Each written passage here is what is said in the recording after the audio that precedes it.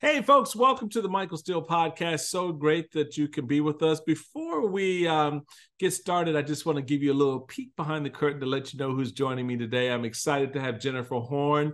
She is a former New Hampshire GOP chairwoman, a former Republican strategist herself, and currently now an independent sanity seeker, activist out there trying to talk us off our respective ledges around the country on behalf of democracy. But just importantly, she is the host of the podcast, Is It Just Me, or Have We All Lost Our Minds?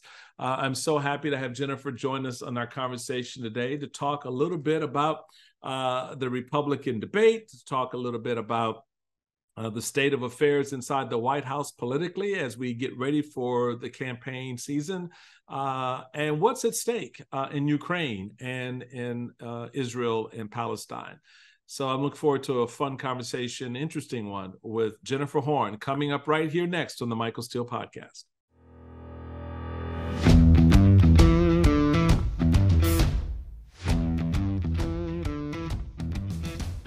Well, folks, I'm so glad you could join us in our conversation today. I'm really excited to welcome back my longtime friend and compatriot in the Republican wars of the day, chairwoman. It's so good to have you back in the house, Jennifer. How's it going? What's happening in your neck of the world? It is going great. Well, I try to hide what's happening in my neck of the world just so I can have a little peace and quiet where I actually am. But the world is crazy right now, Michael. Like I want to be lighthearted and joke about it, but it's crazy right now between what's happening with the GOP and the new Speaker of the House, and we're getting now really into almost election time for the primary to start. And I look at what's happening around the world and the Middle East and Ukraine and other places. And I have to say, I have really developed a sense of gratitude for people like you and others who have stayed with people like you and I as we have kind of tried to fight this fight for whether it's you see it as being a fight for democracy or a fight against Trump or whatever it is. It's just something I've been thinking about lately. I know you How weren't do expecting you me to say that, How do but you? Yeah, no, and I yeah. appreciate it because I think it's a good way to set up. I always like to start my conversations with some degree of framing so that people have a Mhm. sense of, perspective where we're coming from and where you're coming from specifically as my guest, and looking at the political landscape. You know it well. You were one of the generals on the battlefield for many years. And did what you needed to do to garner the kind of success that was necessary in New Hampshire, and being a part of the New England effort, where Republicans once held a great deal of sway, quite Right. honestly. How do you assess it right now? You touched on a number of the big issues that are kind of floating everybody's boat right now, and we'll get into some of the specifics, particularly with respect to Ukraine and Mike Johnson, Speaker Johnson. But how are you overall looking at this landscape?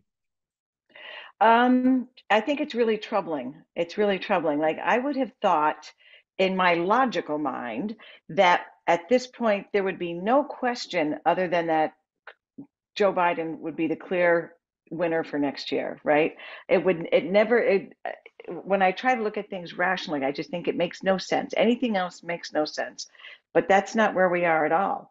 Mm-hmm. We just saw some polls came out this weekend Yeah, that I want to have. get into that. Yeah, exactly. Yeah. Uh-huh. So it's not a gimme for Joe Biden. It's not a sure thing. And while I'm not a Democrat, I'm not a lefty, but I still think the most dangerous thing that could happen to our country next year, looking at the lay of the land right now, would be if Donald Trump somehow managed to win again. I'm troubled by the landscape, but I'm optimistic that it's early and there's a lot that can happen between now and then. And I have a tremendous amount of faith, frankly, in the American people.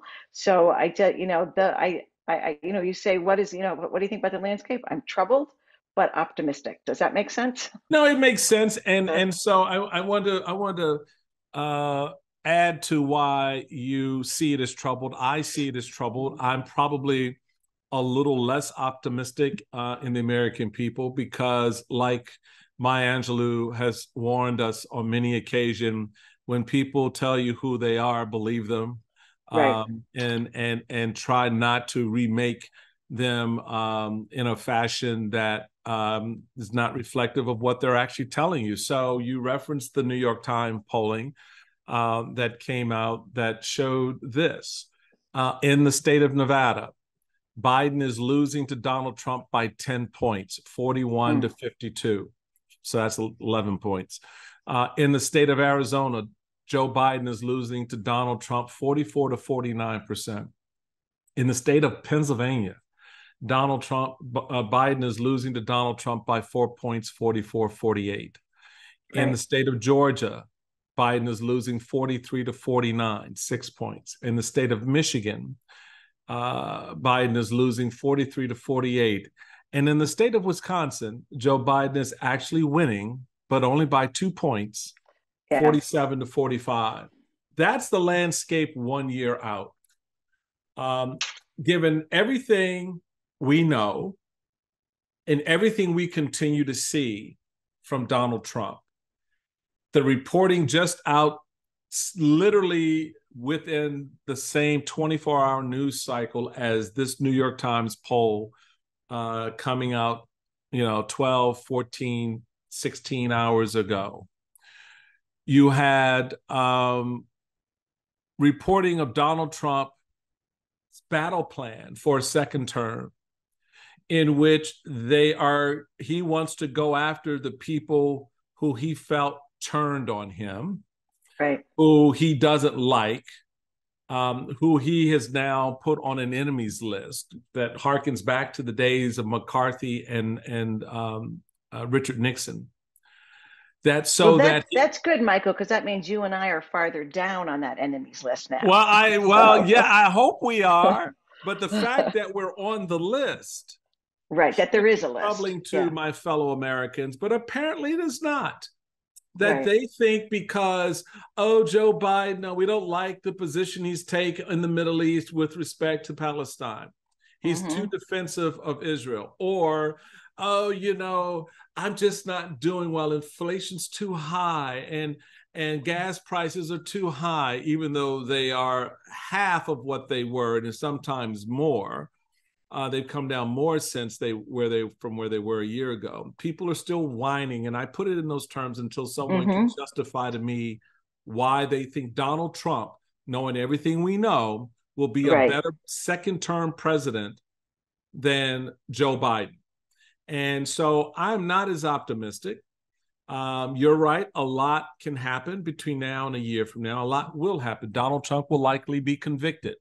But if my little spidey sense is correct on that, it won't matter that Donald Trump has been convicted, because you've already had 6 out of 8 Republicans running against him for the nomination say that they would still endorse and support him, even if he's convicted of felonies. So tell me where I'm getting this wrong, and why there is. What do these numbers say today about the state of mind of voters across the country? Yeah, well, first I would say I don't think that you're necessarily getting it wrong. Everything you said is factually correct, right? And but I admit that I look for the opening. Where is there an opening that would make this okay, or would convince me that we could end up being back on a good path, or taking a reassuring path toward the next presidential election? And there were a few things. The first is Obama was in this position once, a year out, and didn't lose. We know that, and won in a healthy manner both times. So that's a little bit encouraging to me right there, that historically there's an example that we can look at.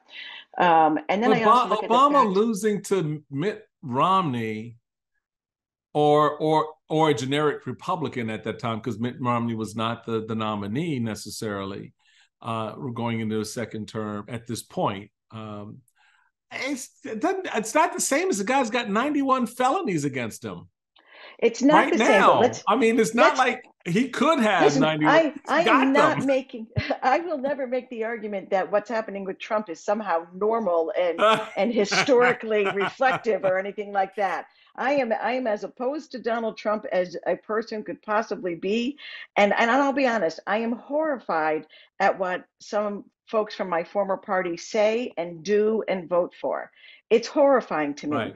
But I believe that there is a segment of the American people who care, who are bright, and who are looking at this through a different lens. And if we're just looking for a couple of little pieces of hope, Donald Trump was well over 50 in New Hampshire. He's down at around 40, ahead by 40 instead of being over the 50%. He's ahead by 40, but he's not over the 50% mark. Got to Right. speak clearly about it. We see that DeSantis is starting to not starting, but continuing to decline. And those votes aren't necessarily going to Trump. We see Nikki Haley starting to move Right. forward a little bit. I don't know how important it is to me, frankly, to have somebody other than Trump win the Republican primary, because I think in the end, it's the same party. No matter who's Interesting. nominated, Yeah. no Hmm. matter who's nominated, it's still Trump's party. It's still Trump's people. It's still, and the only thing that I can imagine that would keep Trump from becoming the nominee is if he was literally like jailed and suddenly everybody else got behind one candidate to prevent a jailed person from becoming president of the United States. But we Prevent know a there's jailbreak. 30%. Well, yeah, but you know that there are 30% of them out there who are going to vote for him no matter what, no matter what. But I do think I have more optimism about the American people, because I think that a lot of people out there have shown us clearly who they are, but that they are not everybody. We know that we have a measurable percentage of Republicans who voted for Biden back in 2020. We know that everything you just said, I think that I hate to say this, but I believe that it's true, that too many Americans have become entitled and lazy when it comes to democracy. That they're sitting here, to your point, whining about things that aren't even really accurate. Hmm. And we have a lower rate of inflation post COVID than any other country in the world.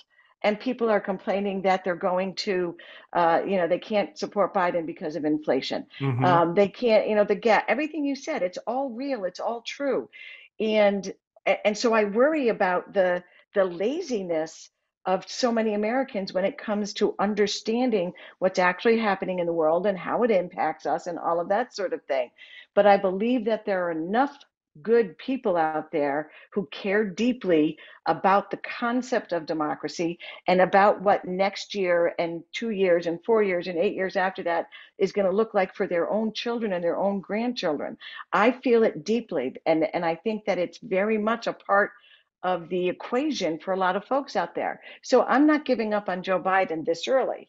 We can have an argument or a debate about should Joe Biden have one run to begin with, but that's a different conversation.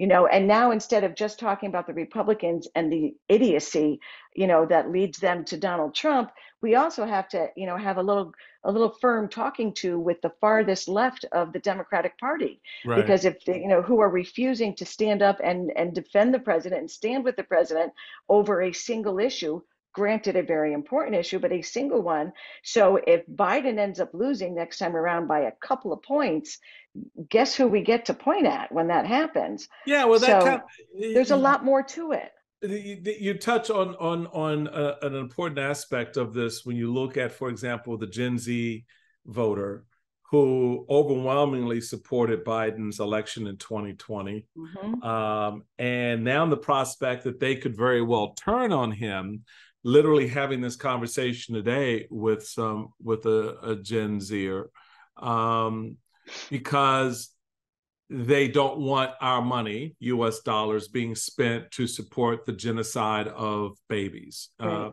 in Palestine. And so they're very much, it's not so much that they're anti-Israel, is that they're pro the Palestinian people. So the Right. fact that the administration has not been able to create the appropriate nexus between we stand with Israel to defend it against the attacks of Hamas, as Right. we also stand with the Palestinian people to defend them against the attacks of Hamas, because they live Right. the way they live because of what Hamas has done to them. The president has not done a good job of expressing the narrative as it exists or as it needs to be politically, strategically for him. Right, right. I'm with you. I agree completely. So that lack of communication or inability to effectively communicate the storylines for the administration, to me, has been a damning indictment since the very beginning, when we spent the first 18 months of the president's term talking about filibuster. Right. And the only thing the American people are asking themselves is, well, who's Phil and who's Buster? Right, right, exactly. They didn't know that's not something that they're concerned about in their everyday lives, particularly as they're still being ravaged by the leftover remnants, by the remnants of COVID.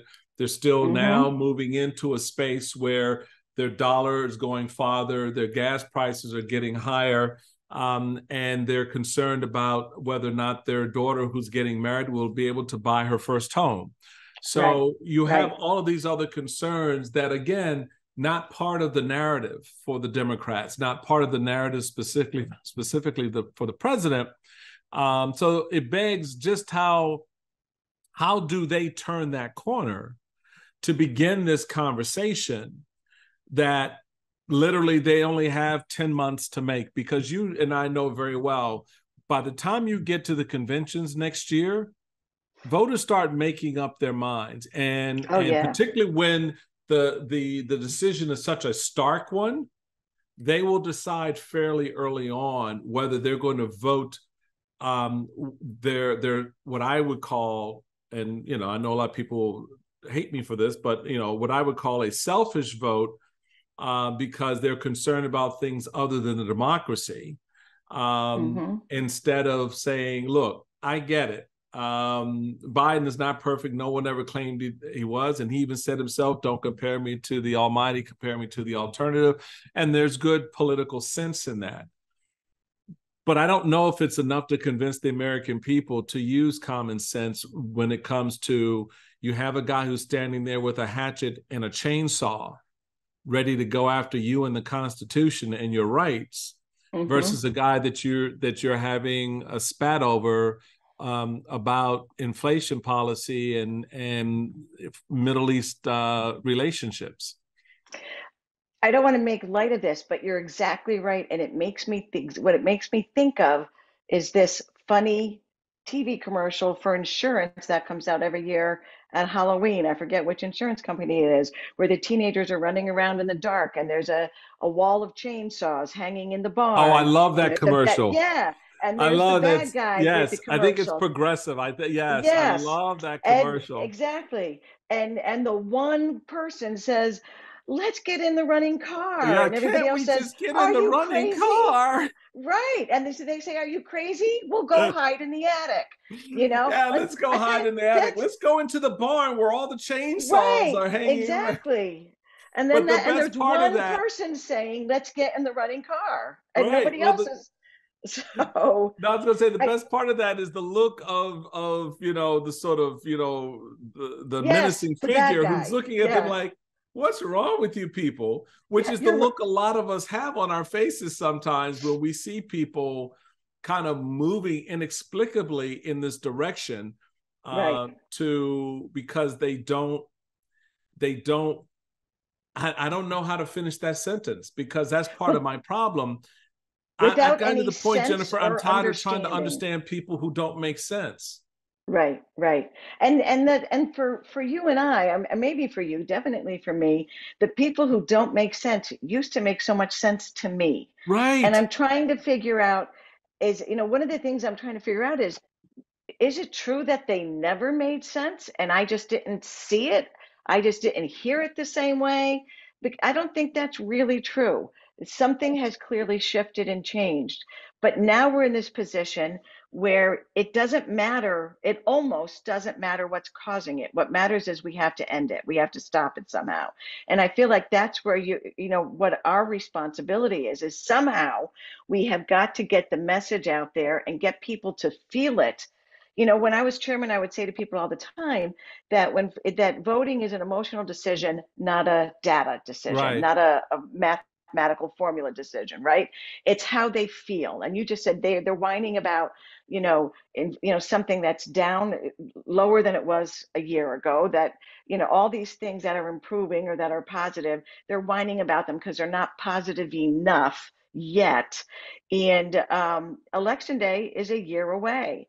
And somehow we have to shift that instinct, because if they're going to feel that way no matter what come election day, then you and I have to find another way to convince them that how they feel about that is not what they should vote on. So let me share with you something that I think adds to what is ultimately the confusion that people have about this moment, because our political leadership continues to show itself to be woefully feckless and Yes. easily manipulated for all the wrong reasons. And so I want to start with the announcement this week from Peter Major of Michigan, who was a former congressman elected in 2020, Republican, moderate Republican, who literally within the first few weeks of his term in office was called on to vote for or against the impeachment of the president of the United States. He voted to impeach Donald Trump based on the evidence that came before him. And he paid a price for that. And he was principled in his view, why he took that vote, and why he stood by that vote and continued to stand by that vote. I supported his reelection effort in 2022. And unfortunately, he lost in the Republican primary. He announced this week that he's running for the open Senate, U.S. Senate seat in Michigan. And in his first interview regarding his announcement, he says a few things about Donald Trump that I just want to share with you and then get your reaction to. Great. Would you say, look, maybe you made the vote in haste? Is there anything you could say to Trump supporters? Because, look, it's going to be an awfully hard sell for you to go to the Trump supporters and say, with your hat in hand, say, look, this is what happened. This is why I did it. Would you do it again? I stand by it. My regret is that we had to have the vote in the first place. Obviously, I regret not being in the 118th Congress, where we actually had a Republican majority and could move forward to have that same degree of accountability brought towards President Biden, who has done far greater things to bring disgrace to that office. But again, my view on January 6th comes from being there, comes from the frustration that I felt at seeing an embarrassment both at home, rivaled only by the Afghanistan withdrawal that came a short 8 months later in terms of damaging our credibility on the national stage. When it comes to 2024, I'm going to support the Republican nominee, and that's going to make a lot of the Lincoln Project and Never Trump folks very, very unhappy. But I will support that Republican nominee because we need to make Joe Biden a one-term president. And in reality, whoever wins this seat is going to be in office for 2 years after whoever the next president is, whether it's President Trump in his second non-consecutive term, as seems increasingly likely given the polls, or if it's President Biden, who will also be a lame duck in his second term. So Peter says, I stand by my vote to impeach the president who tried to overturn the results of a presidential election, who tried to orchestrate an insurrection against the people, the American people, the Congress, and the Constitution. And I will support that individual as the nominee of my party for re-election to the very position that he used to try to overturn the election and to obliterate the Constitution, which Donald Trump, by the way, said publicly, we should suspend the Constitution to allow me to be president again. Right. What are voters to make of Republicans when they hear that? So you acknowledge the Lincoln Republicans, the Lincoln Project, and the Never Trump Republicans will be upset with you. But I think a whole lot of Americans who aren't Lincoln Project and Never Trump Republicans would also at least minimally scratch their heads. Oh yeah, I think what an enormously disappointing comment that was from him, right? I don't know Peter either, but I was very happy with those folks who had the courage to stand up and vote according to their ethics and their integrity when it came to that impeachment. So to hear him say, "I did the right thing by impeaching him, but I'll vote for him if he's the party nominee," your initial response is, "Oh my God, that is so hypocritical." But the truth is that is so politically greedy, is what that is. Yeah. He's just, it turns out he's just another politician. He did the right thing in that moment. And he can't back down from it, because strategically you lose everything if you say, "Oh, I made a mistake." He can't back Right. away from it. But he's trying. It's just political greed. He wants to be a politician. He wants to have congressional power. This is it, it's just immediately at the beginning of his campaign exposes the fact that he's not actually running on any sort of ethical or principled message. He's just running because he wants to win. He just wants to be the guy who's in Wants to Congress. be the U.S. senator more than Right. citizen. That's Exactly. kind of Exactly. how I And look there's at a it. there's a whole bunch of them there too. There's a whole bunch of them out there. There's a whole bunch of them already in office. But it's particularly disappointing. It's not a huge surprise to find out that a guy who used to be a politician is still a politician.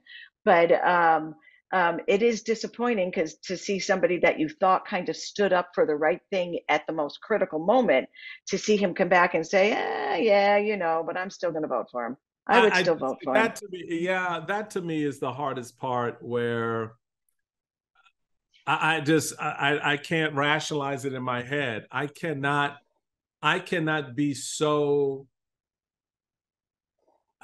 against something or someone, but then, and I love the way you put it, in my own selfishness, justify giving them the power back that they tried to steal. Right. And I don't know how you think it's going to be different when, as we discussed a little bit earlier, the very guy that you say that you would support and vote for has already made it clear he would go after people like you. Right. You voted You're against. you're on the list, Peter. You're on the list. So Yeah. what makes you think you're going to be safe in the U.S. Senate, surrounded by more MAGA Republicans? I just don't understand. Right. I don't understand the rationale. I just wish somebody would say, damn it to hell, would everyone just sit their ass down? We ain't doing this anymore. Right. The weekend at Right. Bernie's is over. Let's bury the body and move on. Let's stop partying with dead things. Let's start trying to make relevant dead things. Let's not stand in the space that we're currently in which we are sacrificing our own integrity and our own value to the political process by adhering to a sycophantic, desperate little man. I just don't get it. But that's why I guess we're sitting here doing a podcast. and but they're out there running their there mouths. I don't winning know. elections and running mouths Yeah, and running their mouths. exactly. But also think about the change in Donald Trump's campaigning as well, right? When he ran in 2016, he had issues, and nothing that I agreed with. None of this is intended to be a compliment to Donald Trump. He talked about China, he talked about Russia, he talked about, the United, the economy, and he, the most frustrating, horrible way of expressing himself on all of these issues, made us all crazy. And we thought the worst thing about Donald Trump was going to be that he's just incapable of putting a paragraph together that is grammatically correct or made any sense, right? And what did we find for 4 years?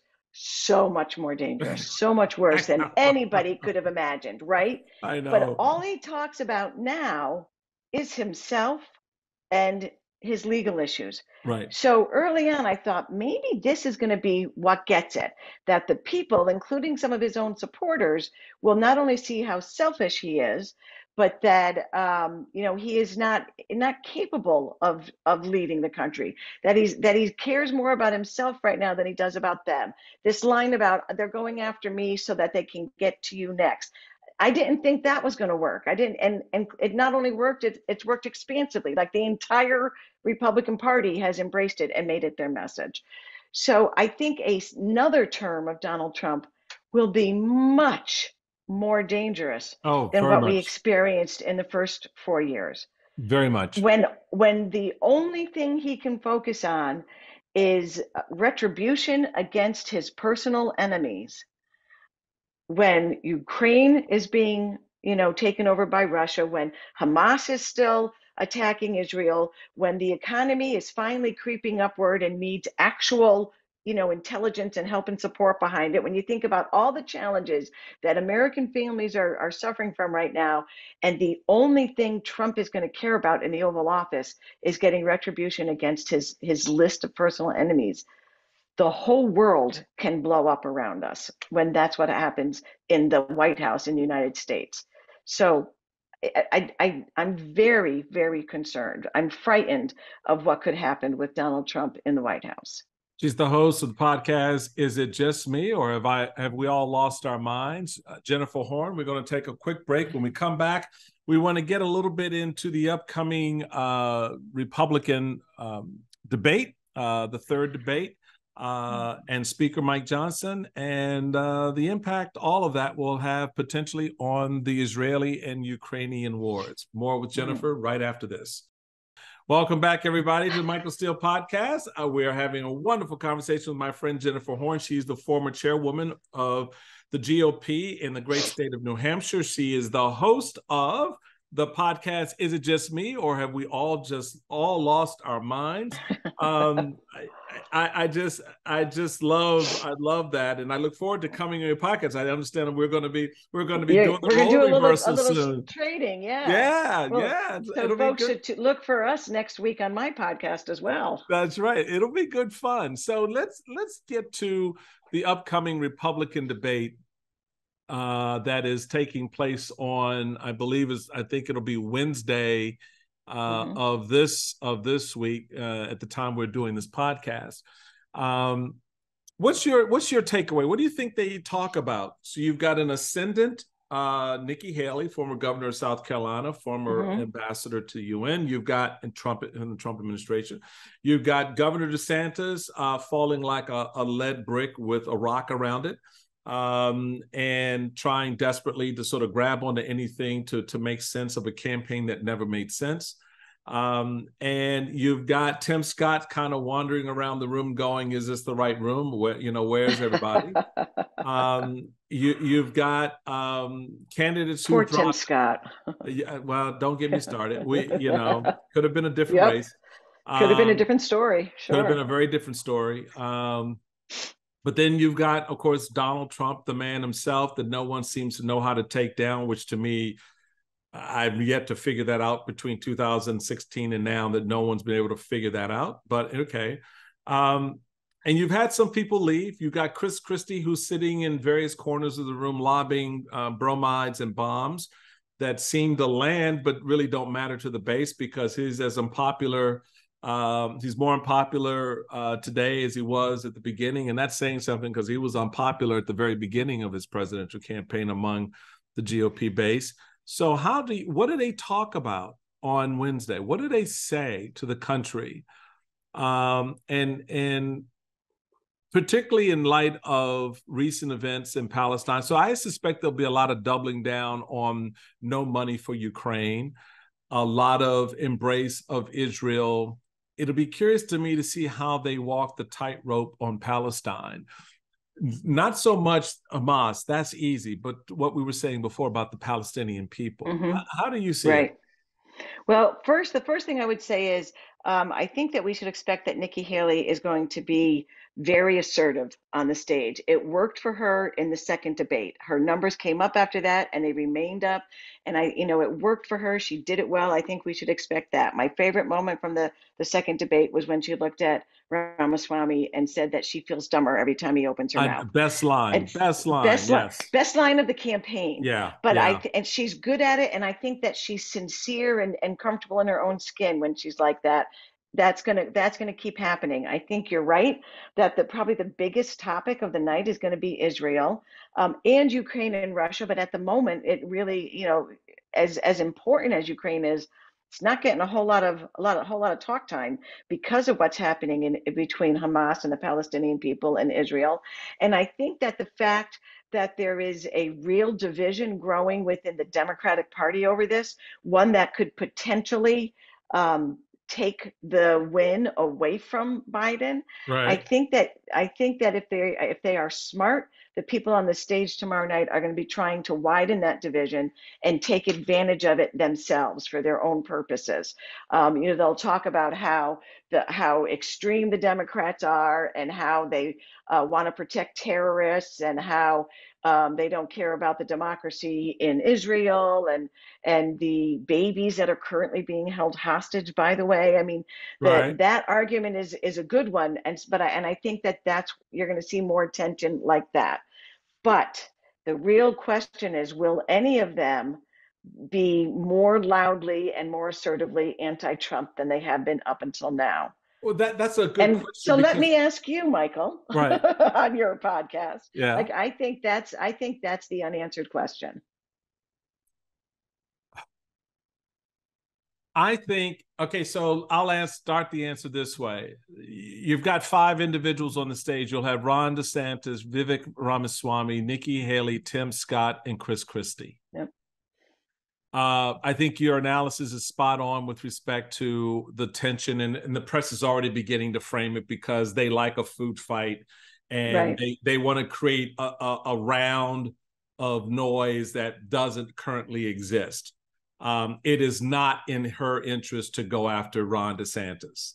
It is in her interest to Agreed. go after everyone on that stage, right? So she Mm-hmm. single shots Ron DeSantis. She's leaving herself open to Vivek, who, trust me, will be more prepared this time to go after her. Chris Christie stands there and is like, do you really want to go up to the lion and stand in his face and smack it? Because right now it's not paying attention to you. So let Chris Christie do his thing.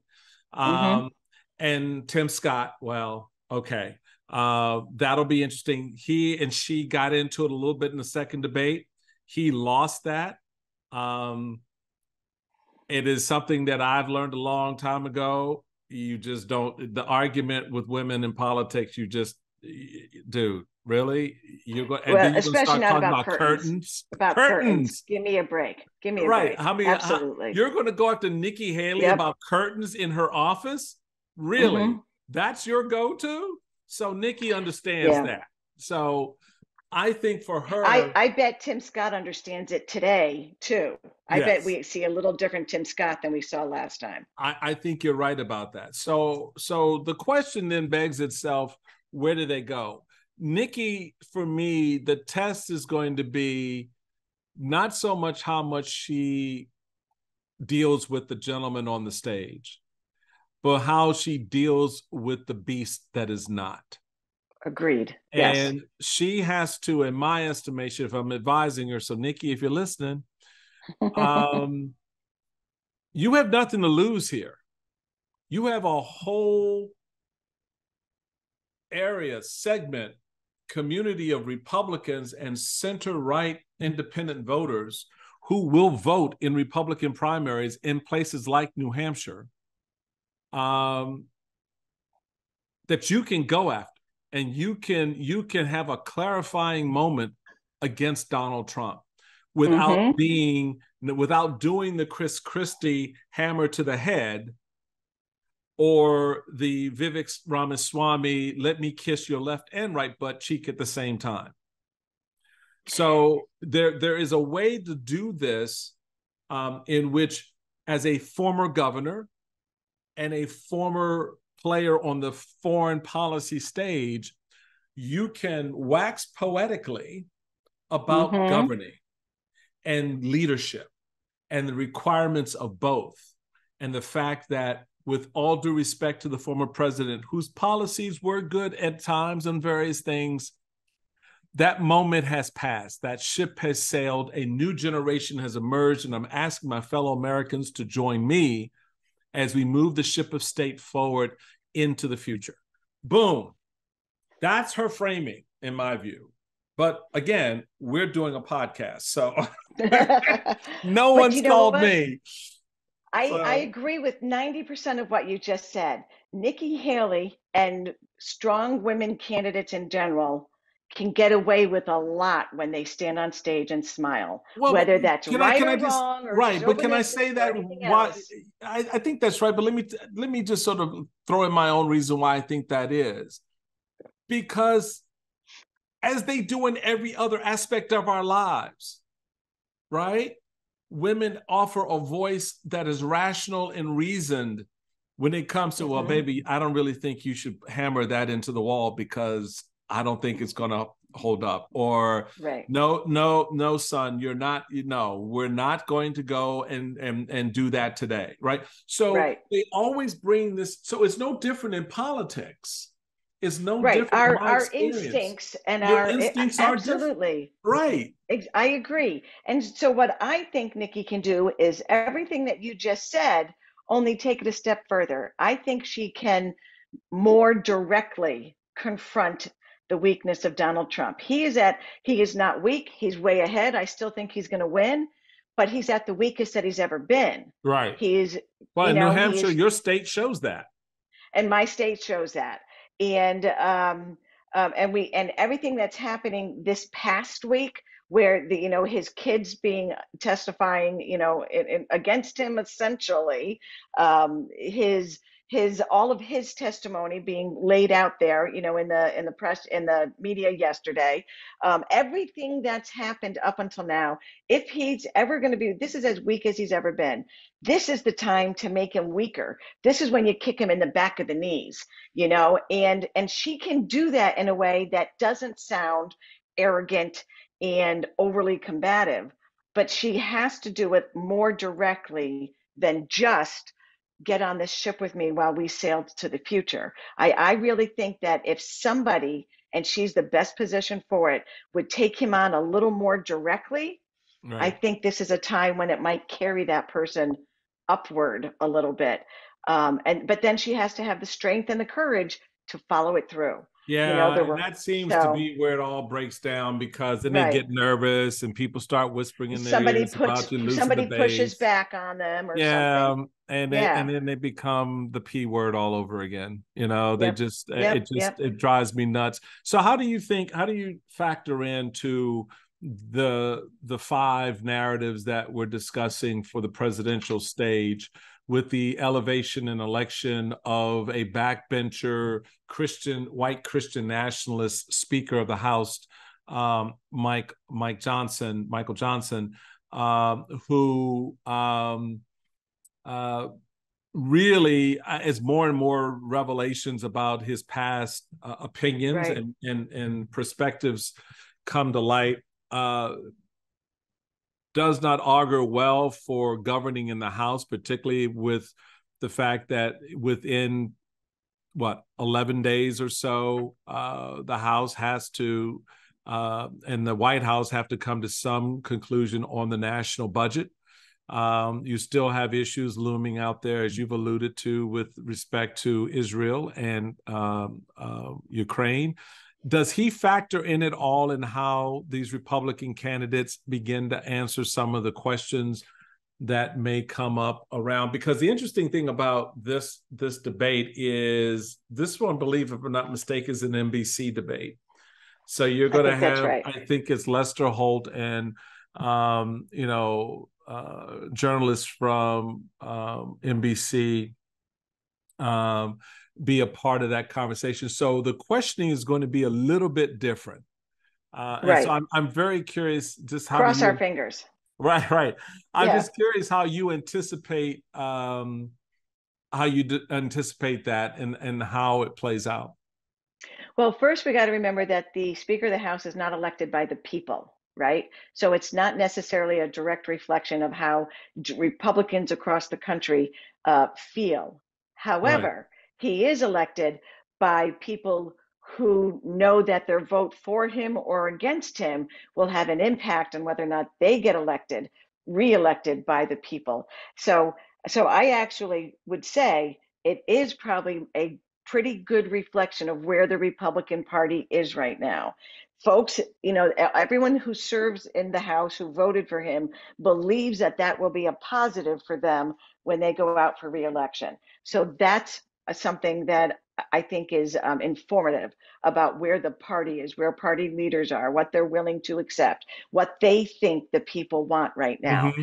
And if I were the questioners at that debate tomorrow night, not only would I be asking them about Mike Johnson, I would be asking them repeatedly about Mike Johnson, because they're all going to have a first answer that they think is very slick and politically, smart in some way, trying to blow off either what Mike Johnson has said in the past, or somehow that's not an issue in a presidential election. That's between the guys in Congress. Like, they'll have some kind of answer where they'll hope to try to avoid having to comment on it.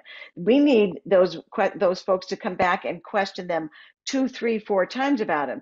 Bring the audio out as part of your question, where he is supposed to be explaining why Social Security and Medicare needs to be cut, and somehow part of that answer is him saying that women aren't having enough babies to feed the workforce, to push the workforce in America. I don't know if you've seen that. You should Oh, look yeah. for it. Yeah. It's Oh, quite he's got some uncomfortable. gems out there. He's got some gems out there. He's anti-LGBTQ. He's anti-marriage equality.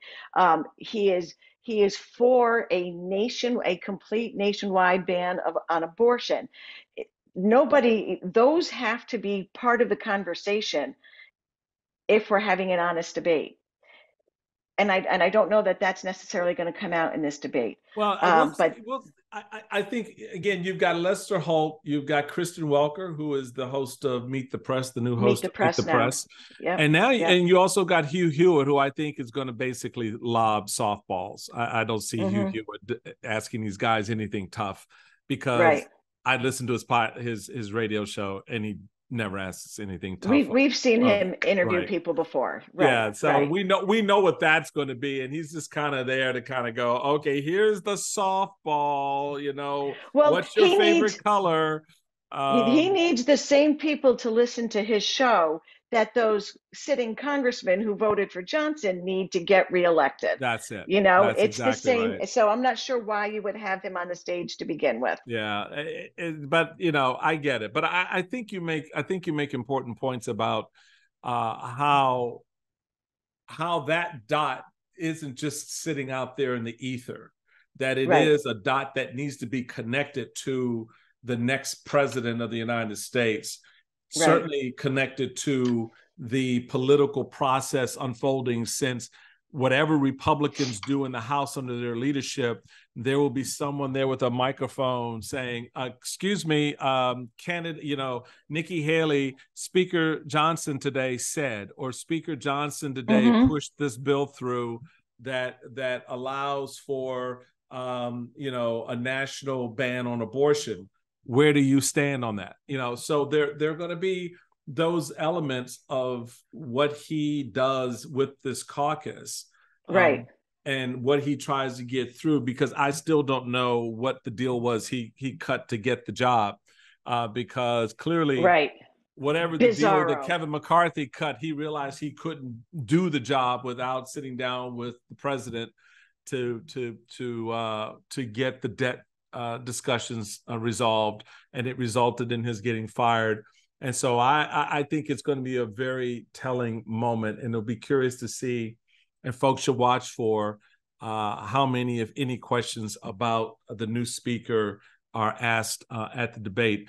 Before I let you get out of here, I want to get your final thoughts on how all of this, and you at the beginning alluded to some of it, but how all of what we've been talking about, the discord within the GOP, the emergence of someone like a Nikki Haley, who has legitimate national security bona fides, the roiling inside the Republican caucus elevating white Christian nationalists to the speakership, a weakened communication and leadership team around the incumbent president, Joe Biden, having now to sort of put all that in the context of Ukraine and Israel, What should we be thinking about or be concerned about in terms of the national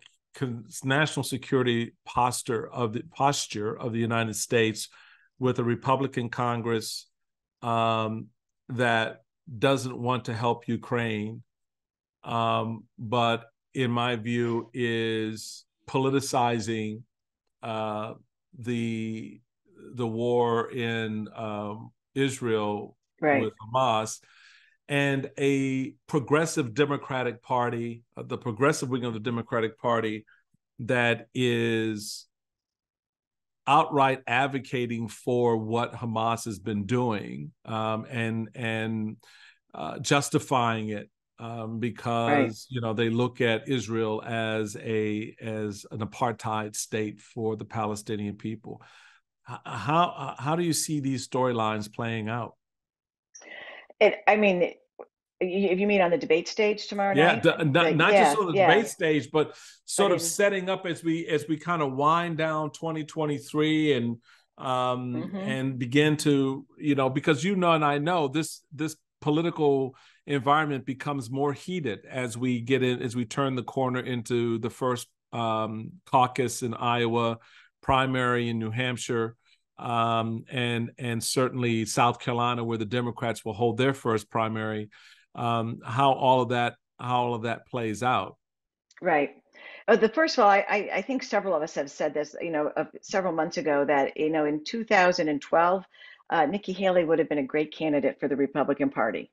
And all of these issues that you're talking about benefit Nikki Haley and her experience and her more traditional Republican position of, strong national defense, strong relationship with our allies, supporting growing democracy, around the world. All of these things that used to be an inherent to being supposedly inherent to being a Republican are no longer. We don't hear that from Donald Trump. We don't hear it out of the House. We don't hear it from the majority, and we surely do not hear it from the base anymore.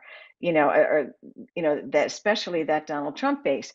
So I think that in this particular case, they're going to have very different answers. There's not going to be a united answer to these questions. I think that Nikki Haley will probably stand with what her experience tells her is the truth. And I think because that's one thing I've noticed with her campaigning. She can't bring herself. There are certain areas where she just can't bring herself to say it.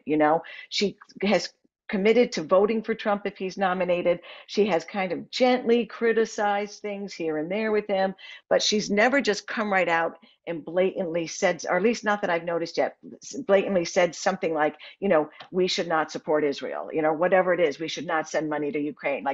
She seems to be really strong in those positions. And I think that that's what will create the division on the stage tomorrow night the most, is that she will stand in that position. Christie will stand in that position. Right. Ramaswamy will not, and Tim Scott might not. He might see doing that as something that will push him even farther to the bottom of the list there. So that's where I think on the stage how the conversation goes. This is a moment in time when true strength and leadership is desperately needed in the White House more than ever before because of everything that you just laid out. We need somebody in the White House who's going to genuinely set aside party preferences, party arguments, who is going to have the ability to bring his or her own party together. Right. The world, there is a global threat to stability and democracy around the world right now because of what Russia's doing in Ukraine, because of what Hamas is doing in Israel. Those two issues are more connected to our stability and our democracy than most people, I think, in our country really understand.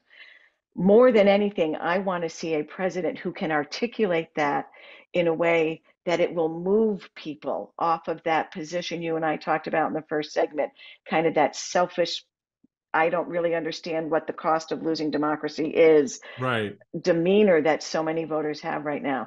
And I don't have anything clever to say about it. I think it's so these two issues are more critical to our stability and the stability of our democracy than most people realize. They don't want to spend American money on any of it. They don't want to give tax dollars to it. And I think part of that in their minds means that if we give them money, then immediately we're going to have troops on the ground or something. Someone has to be able to articulate the difference between those two. We're giving them money so we don't have to put troops on the ground. So that we won't have to put troops on the ground. That's why we're giving the money, people, Michael, that we don't have to send our treasure there, our blood there. Marjorie Taylor Greene is the person who is apparently having the most influence over how Republicans think about these two issues. It's stunning to me. Yeah, it's stunning to me. The least competent person in foreign policy is giving them the business on how to approach the war in Ukraine and the war. Exactly. It just speaks so much to just how wholly unserious the GOP has become on matters domestic and foreign, and how we have with wholesale abandon given over authority and legitimacy to crackpots like Marjorie Taylor Greene, Matt Gaetz, and others, because we are so much ourselves selfish in how we look at the country. And so I really appreciate your framing that the way you did, and I certainly appreciate your coming on and taking some time. I'm looking forward to my sharing the mic with you again. Next week we'll talk post-debate. We'll talk post-debate, which will be a lot of fun. She is the former chairwoman of the New Hampshire GOP. Today, she is an independent sanity expert and activist. An independent sanity seeker. How about? There you go. I like that. Looking for it. But just as importantly, she's the host of the podcast, Is It Just Me or Have We All Lost Our Minds? I look forward to being on that podcast where I can share what part of my mind I have lost in all of this with you, Jennifer. Thank you so much for coming on today. Thank you, Michael. It's always a pleasure. All right. Well, folks, that does it for this time together. You know, I love it when you do that voodoo that you do so well, and download and share and invite others to join what I think is a fun family of conversation here at the Michael Steele Podcast. Follow Jennifer on Twitter at NH That's New Hampshire Jennifer, NH Jennifer. Follow me on Twitter at Steele_podcast. That is the podcast. And for me personally, at Michael Steele. Until next time, be safe, be well, God bless. Thanksgiving's just around the corner, so get that turkey ready, baby. Get that turkey ready. I'm ready. Turkey and gravy. Don't forget the gravy. There you go. Thanks so much, Michael. Take care, y'all.